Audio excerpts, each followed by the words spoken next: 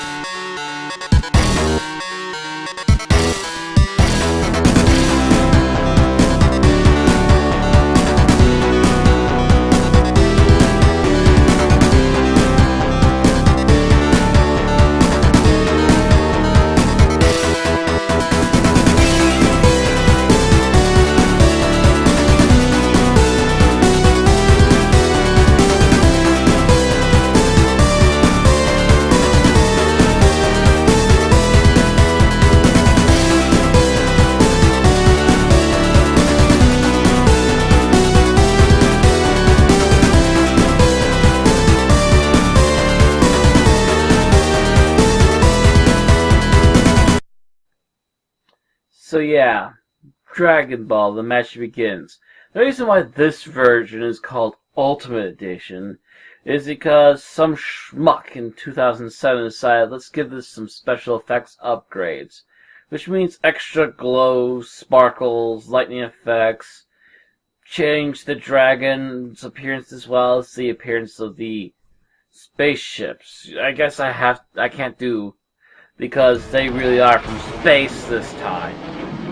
In the original version, you can't really tell where the hell these weird linear jet things kind of came from, but in this one, we do get an extra little tidbit of seeing these things flying through space, so these guys technically are aliens. We start off the movie with some pointless shindig, and we also see the villain spaceships approach, to which the entire city is being destroyed by a bunch of stormtroopers in cheap-ass white costumes, headed by a guy with some very bad face paint and some weird blonde chick in battle armor. Don't ask me what the movie people were thinking, because these guys look absolutely nothing like Emperor Pilaf's people. So I should explain a little something about this. The movie itself is supposed to be a summarized version of the Emperor Pilaf saga, which lasted for the first story arc, which ran for maybe about 15 episodes at best in the original Dragon Ball. But I digress. Not only is this enemy not even called Emperor Pilaf, he's actually called a king, and he's called King Horn, and about the only thing he has that resembles Pilaf is that they're both blue-skinned guys. And that about summarizes this. They took bases of different characters from this first story arc, twisted it in their own way, and made something almost completely new out of them.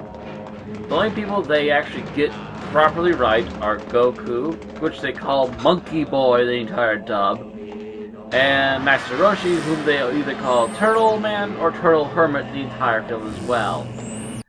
Oh, not to mention Yamcha is in this, only he's called Mr. Westwood! You wanna know why he's called Eastwood? Look at this picture. Yeah, his starting costume in this film looks like Clint fucking Eastwood in Fistful of Dollars. This movie can suck my cock. This is bullshit. This is nothing like Dragon Ball. This shouldn't even have the title Dragon Ball. Maybe, just maybe I could excuse this as being a cheesy kung fu flick if this damn thing would actually bother to be a proper movie. Much less properly say, yeah, let's get rid of the Dragon Ball part of our title and change the costumes a little bit more to be their own thing. But no, what this movie essentially comes off as is a rip-off of the first storyline, to which they completely gutted the thing and fucked everything up to make even less sense than the original Dragon Ball. Now, I'm not going to say that Dragon Ball makes absolutely no sense. They at least do eventually explain most of the stuff that goes on. Seriously, though, a freaking kung fu movie out of China makes less sense than a cartoon that it was based off of. China, I think I just found out where Japan's crazy comes from. I got a finger to point at you right now, but you're too far away to notice. Anyways, let me finish summarizing the story, I guess if you can call it a story. King Horn kills all the people of this village, the only survivor that I can tell is the girl who's supposed to be Chi-Chi. And she just goes running off for about 3/4 of the movie by herself. After this little massacre happens, we suddenly cut away to Old Monkey, as he's called, and his son Goku. In short, they protect the 4-star ball, and they also still have the magic stick. So they can get some minor details right. Alright, okay, I got it. They then have a little practice sparring, to which Goku does lose the last half of the spar and has to go off and get dinner for the two of them. To which he says he'll get them... What kind of fish? Crocodile! Yeah. By the way, did I mention that Goku's grandfather doesn't die in this movie? Yeah, he doesn't die in this movie. There's a plot twist for ya. Not like it really does anything for this movie. Goku runs off, grabs the crocodile, is heading back when he accidentally bumps into Bulma, who's also bumped into the villains and nearly got run over by their tanks. The two of them rush back to Goku's place, to which they find that Gohan is missing. Although they assume he might be dead, but there's no body, so they probably also at the same time conclude that more than likely it's a kidnapping more than a murder, because they also got what they want, which was the 4-star Dragon Ball. The two of them then run off and encounter many people, including the guy who's supposed to be Oolong, who looks absolutely nothing like him except for the black pig-man version that they started him off with. They also run into who is supposed to be Yamcha, and they also run into Chi-Chi. It turns out that Yamcha actually stole a Dragon Ball at one point a long time ago and digs it back up, and also then heads off to beat them to the wannabe Master Roshi with no beard. Seriously, the rest of him actually looks like he might be properly done. They just forgot the beard. So they got a few characters right, just not many. And they absolutely got none of the names right. They also got another little factor of Master Roshi right. First of all is the fact that he can't control the Nimbus Cloud anymore, and does eventually give it to Goku after a little contrived scene. But also the fact that Master Roshi is a horn dog. Anyway, as they gain all the Dragon Balls and they even find one more, they are suddenly attacked by King Horn's men. Yes, I'm going to call him King Horn because he is absolutely nothing like Emperor Pilaf. After a barrage of bullets and explosions, Kame House is pretty much destroyed. Yeah, Stop breaking Kame House. Field of Dragon Balls, or Pearls, as they call them in the movie. Again, they can't get their name right. They get back to King Horn, who pretty much just says, we'll wait, because as soon as a couple of them get together, they will all gradually appear. Which we do find out that the Oolong-esque character actually has the ball, and then they make plans to go out there and fight King Horn and his army. To which they actually do pretty well. As a matter of fact, there's actually decent fighting going on, although it's still not exactly what these characters will end up doing. Although I do find it amusing that the Oolong-esque character now suddenly sports a red bandana and a machine gun and is going Rambo on people's asses.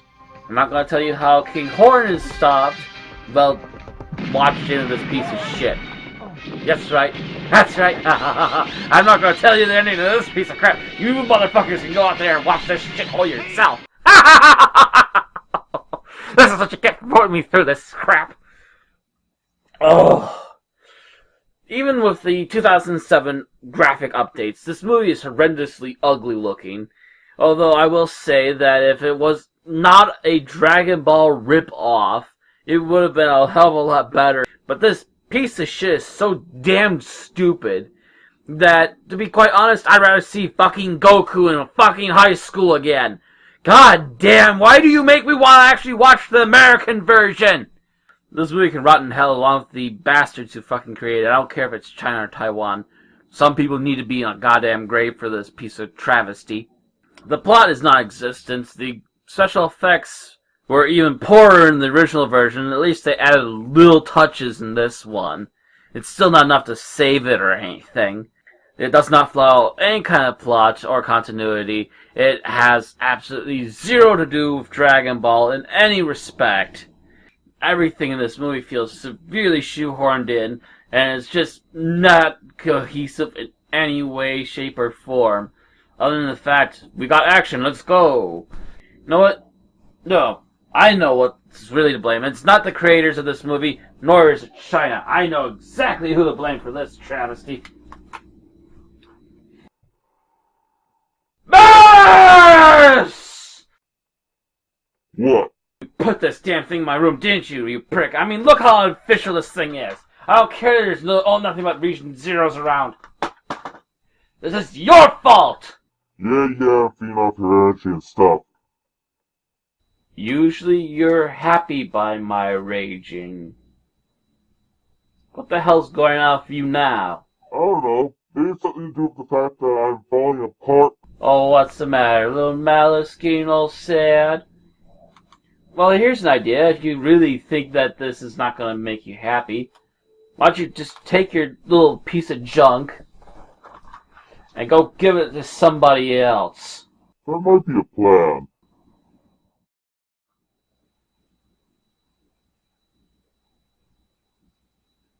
So who are you going to give it to? Just a few people I know. Alright, just as long as it doesn't come back to haunt me.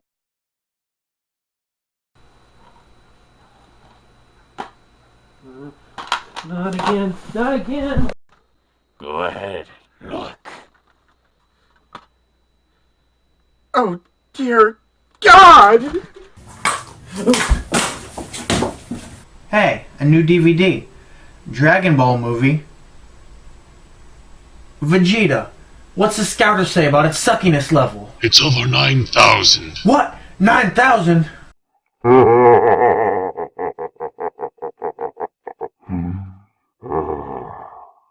I'll be back next time, folks. I may be still raging slightly then, but it's for a much more justifiable cause than a crap movie. Soon you